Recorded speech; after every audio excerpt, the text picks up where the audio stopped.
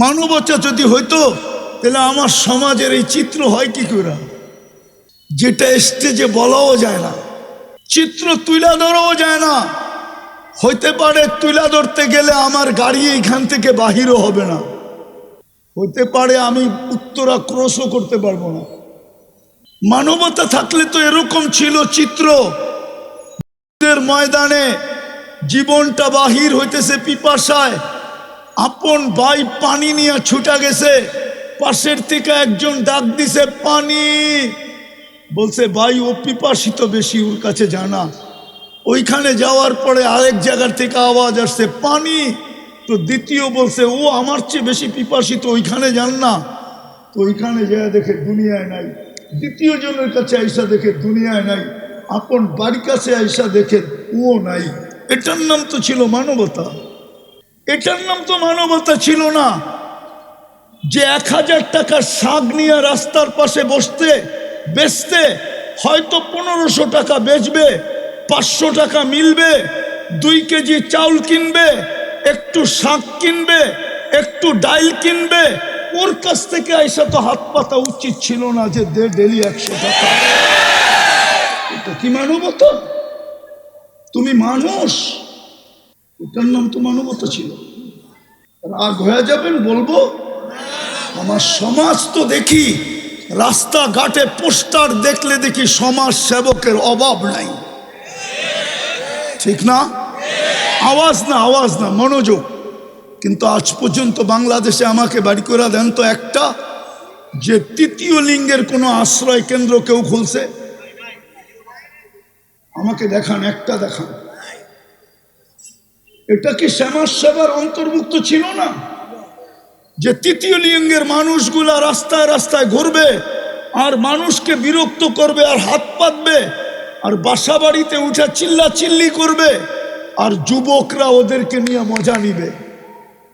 যুবকরা তো ওদেরকে নিয়ে মজা নেয়, রাতের অন্ধকারে তো একদল মানুষ ওদেরকে নিয়ে মজা নেয়। উচিত তো ছিল আমার সমাজের বিত্তশালীদের, সমাজ সেবকদের উচিত ছিল বৃদ্ধাশ্রম যখন খুলতে পারছ, তৃতীয় লিঙ্গের জন্য একটা আশ্রম খোলো, 10 জনকে নিয়ে যাও আর বলো এইখানে থাকবি, 2টা কাপড় পরবি, 2 বেলা খাবি আর আল্লাহ আল্লাহ করবি। তুই রাস্তায় ঘুরা ঘুরা নিজের ইজ্জত বিলীন করার প্রয়োজন নাই। তাইলে তো বুঝতাম আপনি সমাজ সেবক। রাগ হয় না, বুঝানোর জন্য বলতেছি। সৃষ্টির ভিতরে শ্রেষ্ঠত্ব দিল, মানবতা কোথায়? আল্লাহ তো দাম দিবে মানুষকে। আপনি কালকে এই চেহারা নিয়ে দাঁড়াবেন কি করে বলেন?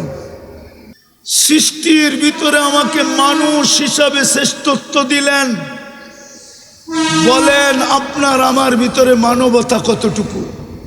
আল্লাহ তো মানুষকে মূল্যায়ন করবেন, জানোয়ারকে তো করবেন না। আপনি বলবেন আমি তো মানুষ হিসাবেই মরব, কিন্তু কোরআন তো বলে না। কোরআন তো বলে মানুষ হিসাবে জন্ম নিলেই মানুষ হয় না। যদি হইতো তাহলে হাতের বানানোটাকে কেন আল্লাহ জানোয়ার বলতেন? মানুষকে তো হাত দিয়ে তৈরি করছেন, সমগ্র সৃষ্টিকে তো আল্লাহ তৈরি করছেন 2 অক্ষর দিয়া, মানুষকে তো তৈরি করছেন কুদরতি হাত দিয়া।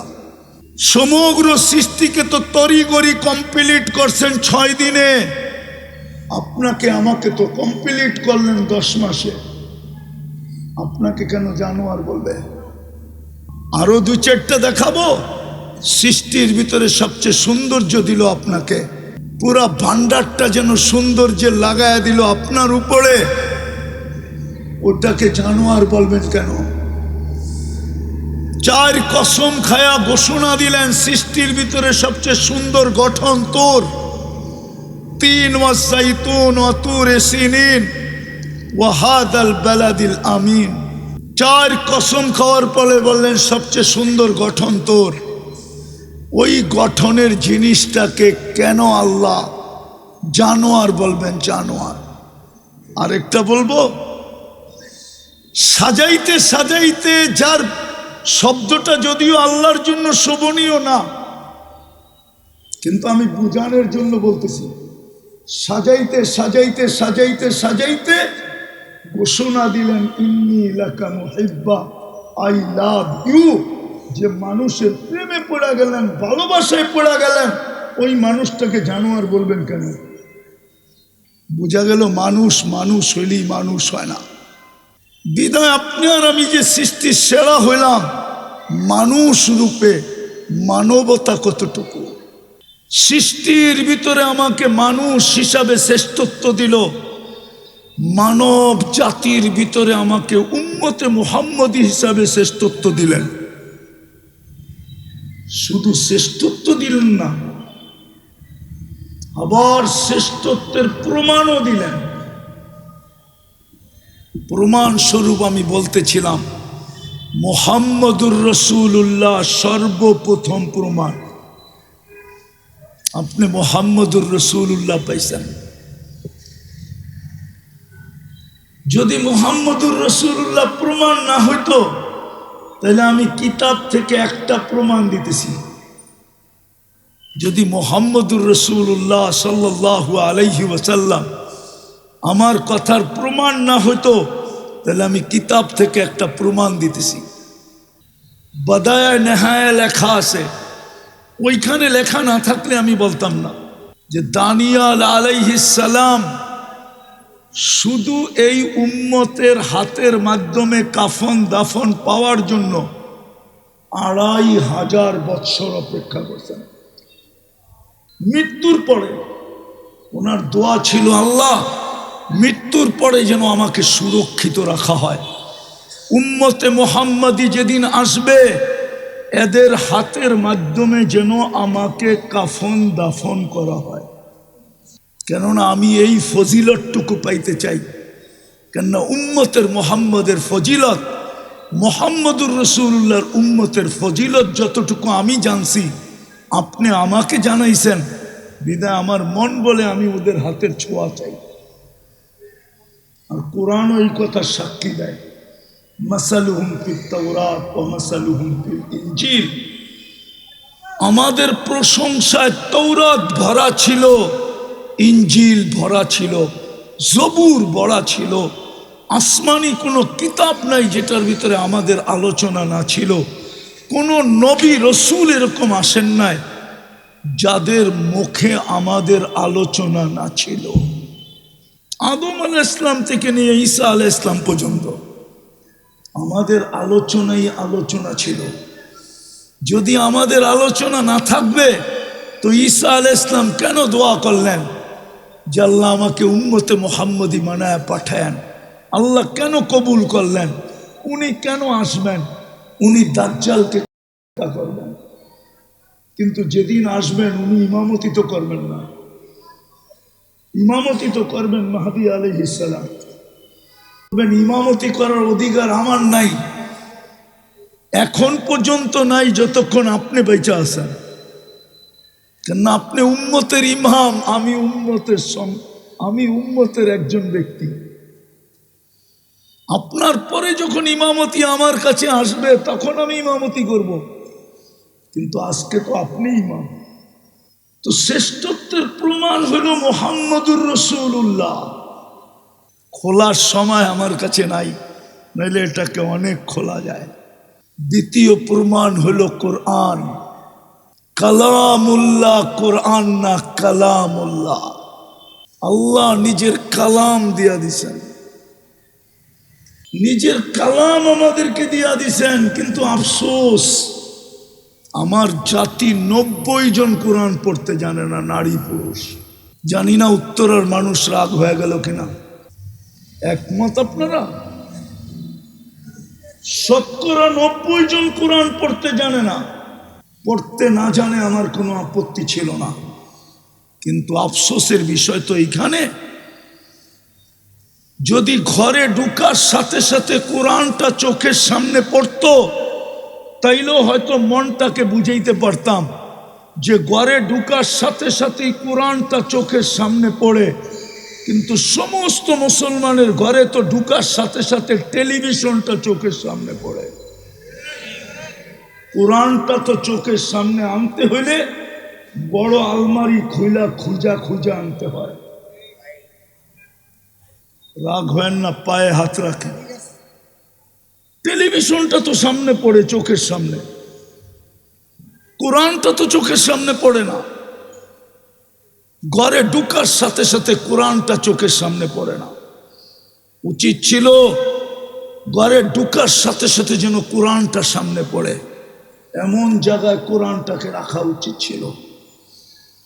কমসে কম কোরআন দেখা হইল কোরআনের কিছু না কিছু মহত্ব, গুরুত্ব, বরত্ব, সম্মান, এটার ছোঁয়া হইল আমার দিলে লাগত।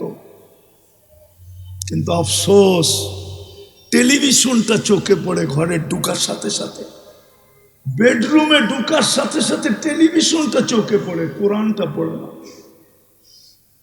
রাগ হেন না। আরেকটা বলবো, কোরআন 90% কোরআন পড়তে জানে না, কিন্তু কোনো আপত্তি ছিল না যদি ডেলি কোরআনটাকে নিয়ে একবার চুমা দিত। শুধু চুমা দিয়া বলতো বুকে লাগায়, মালিক তোর কালাম। পড়তে পারি না, ভালো তো বাসতে পারি। পড়তে তো পারি না, ভালো তো বাসতে পারি, কিন্তু আমার জাতি তো কোরআন বৎসরের পর বৎসর ছুঁয়া দেখে না। এই মজমায় পাওয়া যাবে, কবে কোরআন ছুঁয়া দেখছে বলতে পারবে না। নাই এই মজমায় কেউ? আমি হাত উঠাইতে বলবো না, আছে তো? হ্যাঁ, যুবকরাও বলতে পারবে না ওরা কবে কোরআন হাত লাগায় দেখছে, ছুঁয়া দেখছে, বলতে পারবে না। রাগ হয়ে যাবেন? বলবো এই উত্তরেই আছে, ঘন্টার পর ঘন্টা সিরিয়াল দিয়া বসা থাকে ডাক্তারের কাছে, আর মোটা মোটা ভিজিট দেয়, মোটা মোটা। কেননা উত্তরার ডাক্তারদের ভিজিট আর ওই কমলাপুর সমলাপুরের ডাক্তারের ভিজিট তো এক না, ঠিক না? তো লম্বা লম্বা ভিজিটও দেয়, 4-4, 5-5 ঘন্টা বসেও থাকে, কিন্তু একজনও হবে না এখানে যে কোরআনটাকে চাইপা নিয়া বলছে, মালিক শুনছি কোরআনের ভিতরে শেফা রাখা আছে, তুই কোরআন নাকি শেফা হিসাবে নাজেল করছিস। ও মালিক, আমার শেফার দরকার, তোমার কালাম শেফা দিয়া করবে তো করবে কি, আমার শেফার দরকার। আমি বুকে চেপা ধরলাম, ওই পর্যন্ত ছাড়বো না যতক্ষণ পর্যন্ত তোমার কোরআনের শেফা আমার ভিতরে না যাবে। বলেন এখানে কেউ আজ পর্যন্ত বুকে চেপা ধরছে? আমারটা অযৌক্তিক হইলে বলেন আপনার জুতা আমার গাল, যদি অযৌক্তিক হয়। কোরআনকে তো চেপা ধরে না। কসম, আপনি চাইপা মাস ভর চাইপা ধরেন, দের হায় আন্দের নিহি হ্যায়, এটাই সত্য প্রবাদ বাক্য। 2 দিন দেরি হইতে পারে কিন্তু অন্ধকার হবে না। 10 দিন চাইপা ধরে দেখেন না, 20 দিন দেখেন না, 30 দিন দেখেন না, একদিন না একদিন কোরআনের শেফা আপনার বুক ফাইরা আপনার ভিতরে ঢুকবেই ঢুকবে, ঢুকবেই ঢুকবে, ঢুকবেই ঢুকবে। আর কোরআনের সত্য, নুনাজ্জিলু মিনাল কোরআনি মা হুয়া শিফা। আল্লাহ বলে এটা তো শেফার জন্য। এই জন্যই তো কোনো আল্লাহওয়ালা লিখছিলেন, इलाज अगर हो सके कुरान और हदीस से, इलाज अगर हो सके कुरान और दुआ से, परहेज करो दवा से।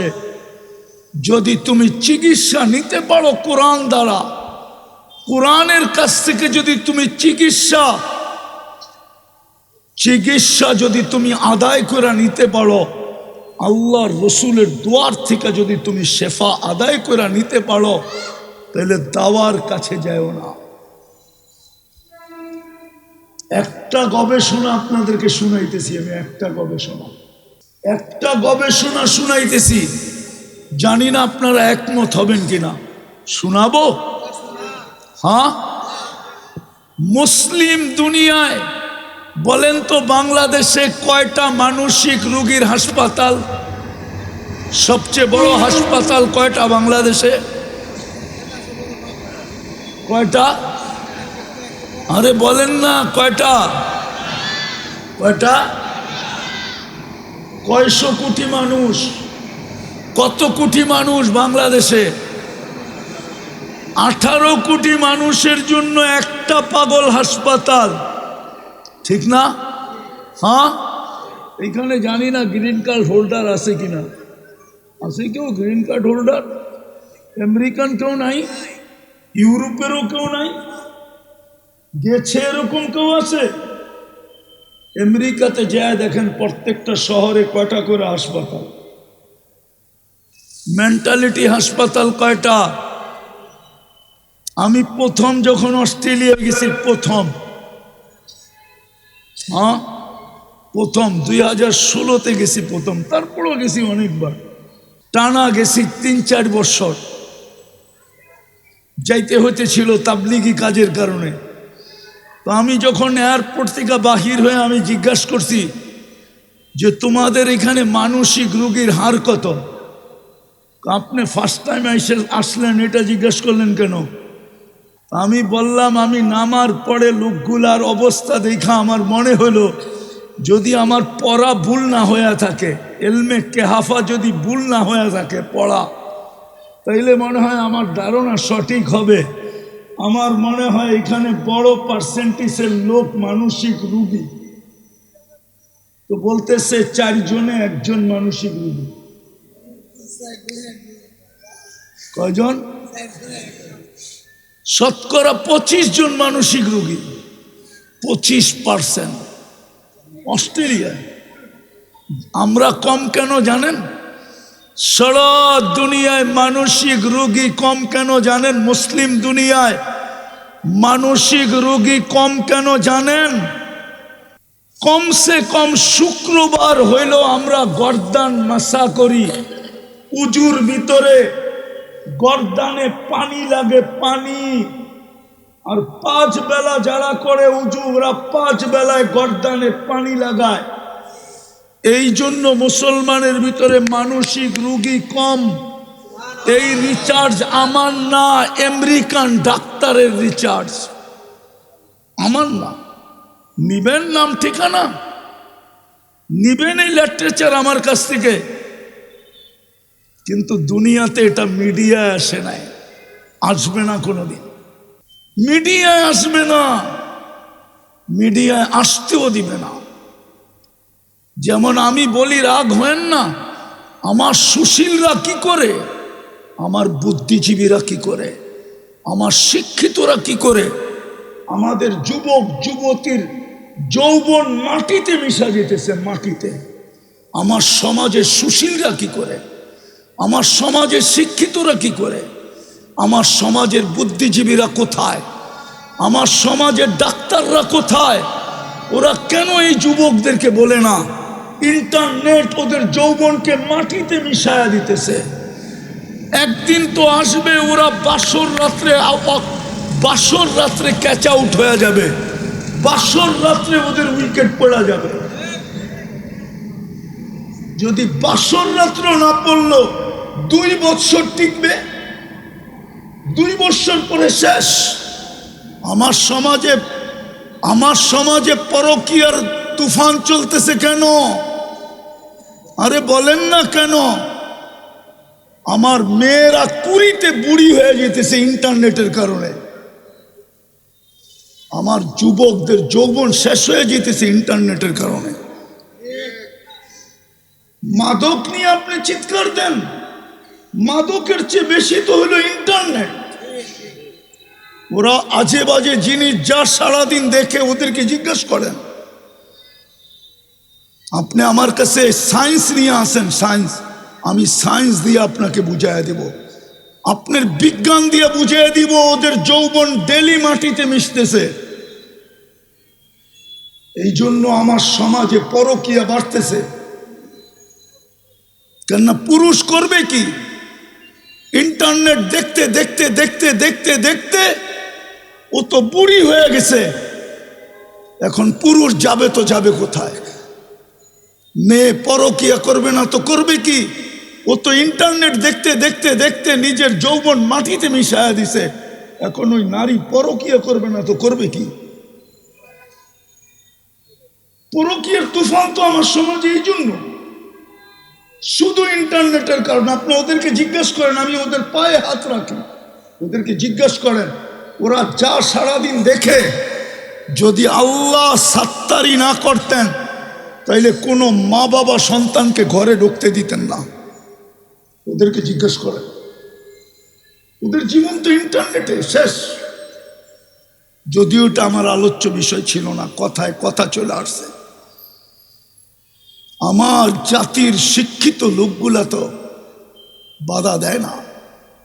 আমার কাছে প্রমাণ আছে, প্রমাণ নিবেন, আরো প্রমাণ দিতে পারবো আমি। আমার দুনিয়া ঘুরা, আমি বলতেছি দুনিয়া ঘুরা ছাড়া না। মনে করেন না আমি খিলগার থেকে এখানে আইসা বলতেছি, আমি দুনিয়া ঘুরছি, আল্লাহ আমাকে দুনিয়া দেখাইছে। আপনাদের উন্নত দুনিয়া শুধু আমি নিউজিল্যান্ড দেখি নাই, বাকি সব দেখা শেষ। একবার না একাধিকবার। আর আমার জন্য যাইতে কোনো আলহামদুলিল্লাহ বাধাও নাই, আমি যে কোনো মুহূর্তে যেতে পারি। আল্লাহ আমাকে ওই ব্যবস্থা করে দিয়েছেন, বিদা আমি চোখে দেখা বলতেছি। আমি দিলাম না লাউড স্পিকার বাইরে খোলা আছে, এই জন্য। ওলামা জানে কি জানে না আমি তাও জানি না। মুড়িও বিক্রি হয় না এতটুকু, উন্নত দুনিয়ায় সেক্স ডল যতটুকু বিক্রি হয়। কেন? ওই দুনিয়ায় যৌবন খালি হয়ে যেতেছে। এই জন্যই তো আমি বলি, মুসলিম যুবকরা যদি যৌবনকে সুরক্ষিত করত, তাইলে কয়েকদিন পরে আমরা গার্মেন্টসের কাপড়ের জায়গায় যৌবন এক্সপোর্ট করতাম। যৌবন হোয়াইটরা আসতো আর বলতো সব আমার, টিকেটও আমার, ভিসাও আমার, বাড়িও আমার, গাড়িও আমার, পয়সাও আমার, ডলারও আমার। আমার যৌবন দরকার, চল তুই আমার সাথে, তুই শুধু এনজয় করবি, চল। আমার যৌবন দরকার। আমার দেশে যৌবন নাই, মানুষ আছে যৌবন নাই। কিন্তু ওদের কাছে তো থিওরি হইল, হাম তো ডুবে হ্যাঁ সনম তুঝে লে ডুবেঙ্গে। আমরা তো ডুবছি, তো করে ডুবায় ছেড়া দিন। আজকে যুবক যুবতী ডুবতেছে, আমরা বললে আমাদেরকে উল্টা ব্যাখ্যা করা হয়। আমরা বলে কি বলে দেশপ্রেমিক না, আমরা বলে ব্রন্ড মাইন্ডের। আমাদের জ্ঞান গভীরতা নাই, আমরা কিচ্ছু বুঝি না। এরা মোল্লা, এই জন্যই আমাদেরকে কানে ধরে ঘুরাইতে সহজ হয়, ঠিক না? ঠিক না? কি বলেন? তো যেটা বুঝাইতেছিলাম, 2 নম্বর প্রমাণ ছিল যে আল্লাহ নিজের কালাম দিলেন, রসুল দিলেন, কালাম দিলেন। কিন্তু কালামকে তো ছুঁয়েও দেখি না, চুমা দিয়েও দেখি না, বুকে লাগায়ও দেখি না, বুকে লাগায়ও দেখি না। আরো শ্রেষ্ঠত্বের প্রমাণ দেওয়া যায়। ওলামাদের কাছে আমার প্রশ্ন, কোন উম্মতকে আল্লাহ এইভাবে মসজিদ বানাইতে দিছিলেন যেইভাবে আজকে আমরা মসজিদ বানাই? জুইলাত লিয়াল আরদু মসজিদা, কোন উম্মতের জন্য ঘোষণা ছিল কিনা? কোন উম্মত এইভাবে যেখানে খুশি সেখানে মসজিদ বানাইতে পারত কিনা? পারত না।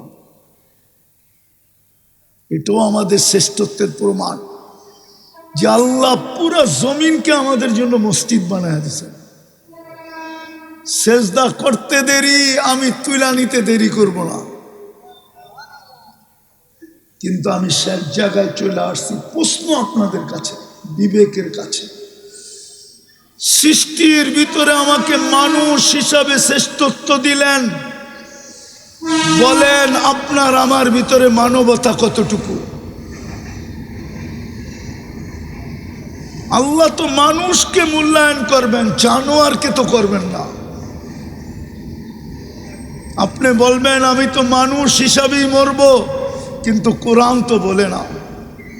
কোরআন তো বলে মানুষ হিসাবে জন্ম নিলেই মানুষ হয় না, যদি হইতো তাহলে হাতের বানানোটাকে কেন আল্লাহ জানোয়ার বলতেন? মানুষকে তো হাত দিয়ে তৈরি করছেন। সমগ্র সৃষ্টিকে তো আল্লাহ তৈরি করছেন 2 অক্ষর দিয়া। মানুষকে তো তৈরি করছেন কুদরতি হাত দিয়া। সমগ্র সৃষ্টিকে তো তড়িঘড়ি কমপ্লিট করছেন 6 দিনে। আপনাকে আমাকে তো কমপ্লিট করলেন 10 মাসে। আপনাকে কেন জানোয়ার বলবে? আরো 2-4টা দেখাবো। সৃষ্টির ভিতরে সবচেয়ে সৌন্দর্য দিল আপনাকে, পুরা ভান্ডারটা যেন সৌন্দর্যে লাগায়া দিল আপনার উপরে, ওটাকে জানোয়ার বলবেন কেন? 4 কসম খায়া ঘোষণা দিলেন সৃষ্টির ভিতরে সবচেয়ে সুন্দর গঠন তোর। 3 ওয়াসাইতুন ওয়া তুর সিনিন ওয়া হাদাল বালাদিল আমিন। 4 কসম খাওয়ার পরে বললেন সবচেয়ে সুন্দর গঠন তোর। ওই গঠনের জিনিসটাকে কেন আল্লাহ জানোয়ার বলবেন? জানোয়ার। আরেকটা বলবো, সাজাইতে সাজাইতে যার শব্দটা যদিও আল্লাহর জন্য শোভনীয় না, কিন্তু আমি বুঝানোর জন্য বলতেছি, সাজাইতে সাজাইতে সাজাইতে সাজাইতে ঘোষণা দিলেন ইন্নী লাকা মুহিব্বা, আই লাভ ইউ। যে মানুষের প্রেমে পড়ে গেলেন, ভালোবাসায় পড়ে গেলেন, ওই মানুষটাকে জানোয়ার বলবেন কেন? বোঝা গেল মানুষ মানুষ হইলেই মানুষ হয় না। বিদায় আপনি আর আমি যে সৃষ্টির সেরা হইলাম, মানুষ রূপে মানবতা কতটুকু? আপনি বলবেন মানবতা শিখবো কোথায়? তাইলে আপনারা কেন বলেন মানবতার দূত কে? হুজুররা বলো কে? আরে বলেন না, ছাত্ররা বলো না। মানবতার দূত তো হইল মুহাম্মাদুর রাসূলুল্লাহ। আপনার ভিতরে মানবতা কতটুকু? মানবতা যদি হইতো তাহলে আমার সমাজের এই চিত্র হয় কি করে, যেটা স্টেজে বলাও যায় না, চিত্র তুলে ধরাও যায় না। হইতে পারে তুলে ধরতে গেলে আমার গাড়ি এইখান থেকে বাহিরও হবে না, হইতে পারে আমি উত্তরা ক্রসও করতে পারবো না। আমার সমাজের চিত্র এরকম কেন হবে যদি মানবতা থাকে? মানবতা থাকলে তো এরকম ছিল চিত্র। ময়দানে জীবনটা বাহির হইতেছে পিপাসায়, আপন ভাই পানি নিয়ে ছুটা গেছে, পাশের থেকে একজন ডাক দিছে পানি। বলছে ভাই ও পিপাসিত বেশি, ওর কাছে জানা। ওইখানে যাওয়ার পরে আরেক জায়গার থেকে আওয়াজ আসছে পানি। তো দ্বিতীয় বলছে ও আমার চেয়ে বেশি পিপাসিত, ওইখানে যান না। তো ওইখানে যায় দেখে দুনিয়ায় নাই। দ্বিতীয় জনের কাছে আইসা দেখে দুনিয়ায় নাই। আপন বাড়ির কাছে আইসা দেখে ও নাই। এটার নাম তো ছিল মানবতা। এটার নাম তো মানবতা ছিল না। যে 1000 টাকার শাক নিয়ে রাস্তার পাশে বসতে বেচতে হয়তো 1500 টাকা বেচবে, 500 টাকা মিলবে, 2 কেজি চাউল কিনবে, একটু শাক কিনবে, একটু ডাইল কিনবে, ওর কাছ থেকে আইসা তো হাত পাতা উচিত ছিল না যে দে ডেলি 100 টাকা। এটা কি মানবতা? তুমি মানুষ, ওটার নাম তো মানবতা ছিল। রাগ হয়ে যাবেন বলবো, আমার সমাজ তো দেখি রাস্তাঘাটে পোস্টার দেখলে দেখি সমাজ সেবকের অভাব নাই, ঠিক না? আওয়াজ না, আওয়াজ না, মনোযোগ। কিন্তু আজ পর্যন্ত বাংলাদেশে আমাকে বাড়ি করে দেন তো একটা, যে 3য় লিঙ্গের কোনো আশ্রয় কেন্দ্র কেউ খুলছে? আমাকে দেখান, একটা দেখান। এটা কি সমাজ সেবার অন্তর্ভুক্ত ছিল না? যে 3য় লিঙ্গের মানুষগুলা রাস্তায় রাস্তায় ঘুরবে আর মানুষকে বিরক্ত করবে আর হাত পাতবে আর বাসা বাড়িতে উঠে চিল্লা চিল্লি করবে, আর যুবকরা ওদেরকে নিয়ে মজা নিবে। যুবকরা তো ওদেরকে নিয়ে মজা নেয়। রাতের অন্ধকারে তো একদল মানুষ ওদেরকে নিয়ে মজা নেয়। উচিত তো ছিল আমার সমাজের বিত্তশালীদের, সমাজ সেবকদের উচিত ছিল বৃদ্ধাশ্রম যখন খুলতে পারছ, তৃতীয় লিঙ্গের জন্য একটা আশ্রম খোলো, 10 জনকে নিয়ে যাও আর বলো এখানে থাকবি, 2টা কাপড় পরবি, 2 বেলা খাবি আর আল্লাহ আল্লাহ করবি। তুই রাস্তায় ঘোরা ঘোরা নিজের ইজ্জত বিলীন করার প্রয়োজন নাই। তাইলে তো বুঝতাম আপনি সমাজ সেবক। রাগ হয় না, বুঝানোর জন্য বলতেছি। সৃষ্টির ভিতরে শ্রেষ্ঠত্ব দিল, মানবতা কোথায়? আল্লাহ তো দাম দিবে মানুষকে। আপনি কালকে এই চেহারা নিয়ে দাঁড়াবেন কি করে বলেন? ওইখানে কোন কার্ড চলবে বলেন? শেষ উম্মতে মুহাম্মাদি বানাইলেন, উম্মতে মুহাম্মাদি বানাইলেন, কিন্তু প্রমাণ দিলেন তোর চেয়ে বেশি ভালোবাসা। আগে বললাম না, 1 হাদিসই যথেষ্ট। কিন্তু বলেন ওই রসুলের রঙে রঙিন কতটুকু? কবরে যে প্রথম প্রশ্ন হবে, বলো এই ব্যক্তিকে চিনো কিনা? ও আমার জাতি, কি জবাব দিবেন বলেন? দুনিয়াই শেষ। কোরআন তো আফসোস করে বলতেছে, আরাদিতুম বিল হায়াতিদ দুনিয়া। এই মাটি নিয়ে তোরা খুশি হয়ে গেলি, আর উত্তরার বাড়িঘর নিয়ে খুশি হয়ে গেলি, আর আজমপুরের ফ্ল্যাট নিয়ে খুশি হয়ে গেলি। আমি তো তোদের ঠিকানা নিজ কুদরতি হাতে বানাইছিলাম। এই উম্মতের জান্নাত তো আল্লাহ নিজের কুদরতি হাতে বানাইছেন। কোরআন বলে, ইয়াগফির লাকুম দুনুবাকুম ওয়া ইউদখিলকুম ফি জান্নাতিন তাজরি মিন তাহতিহাল আনহার ওয়া মাসাকিনা তাইয়্যিবাতান ফি জান্নাতি আদন। জান্নাতে আদন তো আল্লাহ কুদরতি হাত দিয়ে বানাইছেন।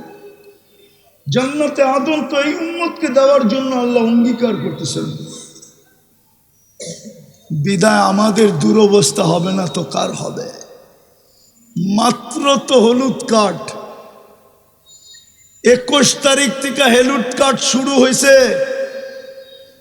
শুক্রবার প্রথম হলুদ কার্ড, শনি রবি সোম মঙ্গল বুধ 3 দিন গ্যাপ ছিল, পরে আবার বৃহস্পতিবারে হলুদ কার্ড, আবার 6 দিন গ্যাপ ছিল, গত বৃহস্পতিবারও হলুদ কার্ড, কালকেও বৃহস্পতিবার আসতেছে। আসেন তওবা করি, নাইলে হইতে পারে লাল কার্ড দেখায় দিবে, লাল কার্ড। আপনি বলবেন আল্লাহর কি আমাদের প্রয়োজন নাই?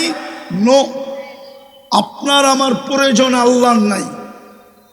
আপনি যদি ব্র্যান্ড চেঞ্জ করতে পারেন, ফার্নিচার চেঞ্জ করতে পারেন, এমনকি পশ্চিমা কালচার আইনা আপনি যদি হায় হায় ডব্লিউ চেঞ্জ করতে পারেন, মাঝে মাঝেই ডব্লিউ বোঝেন না মনে হয়,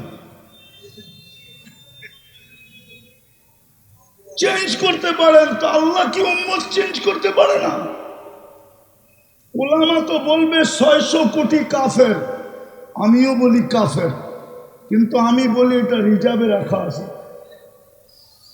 যেমন বাংলাদেশের সার্কুলেশন দেওয়া সৈনিকের সংখ্যা সবাই জানে, কিন্তু রিজার্ভে কত রাখা আছে এটা কেউ জানে না। কেননা রানিং সৈনিকের থেকে রিজার্ভের সৈনিক বেশি থাকে, এটা সব দেশের নিয়ম। আল্লাহ 600 কোটি রিজার্ভে রাখছে, আর বইলা দিছে ইয়াস্তাবদিল কওমান গায়রাকুম, তোমাদেরকে লাল কার্ড দেখায়া চেঞ্জ করে দিব, আর ওদেরকে আইনা তোমাদের জায়গায় বসায়া দিব। ফালা ইয়াকুনু আমসালাকুম, তোমাদের মতো নিমক হারাম হবে না, তোমাদের মতো অকৃতজ্ঞ হবে না, তোমাদের মতো কপাল পোড়া হবে না, তোমাদের মতো হতবাগা হবে না, তোমাদের মতো নিকৃষ্ট হবে না। বিদায় আপনি মুহাম্মদুর রাসূলুল্লাহর রঙে কতটুকু রঙিন? এই জন্যই তো দুরবস্থা। চলেন আল্লাহর কাছে তওবা করি। এই উম্মতকে আল্লাহ সুযোগ দিছেন, অপেক্ষা করবেন হাত্তা ইউগারগির, কণ্ঠনালীতে রু আসার পূর্ব মুহূর্ত পর্যন্ত। সারা দিন অপেক্ষা করেন যে দিনের সূর্যের আলো দেখতে পাইল, সারা রাত্র অপেক্ষা করেন সে যে সূর্য ডুবা দেখতে পারল। রাজি তওবা করতে? রাজি? রাজি? কে কে রাজি? তাইলে বলেন আল্লাহ অতীত থেকে তওবা করলাম। বলেন বলেন বলেন বলেন বলেন।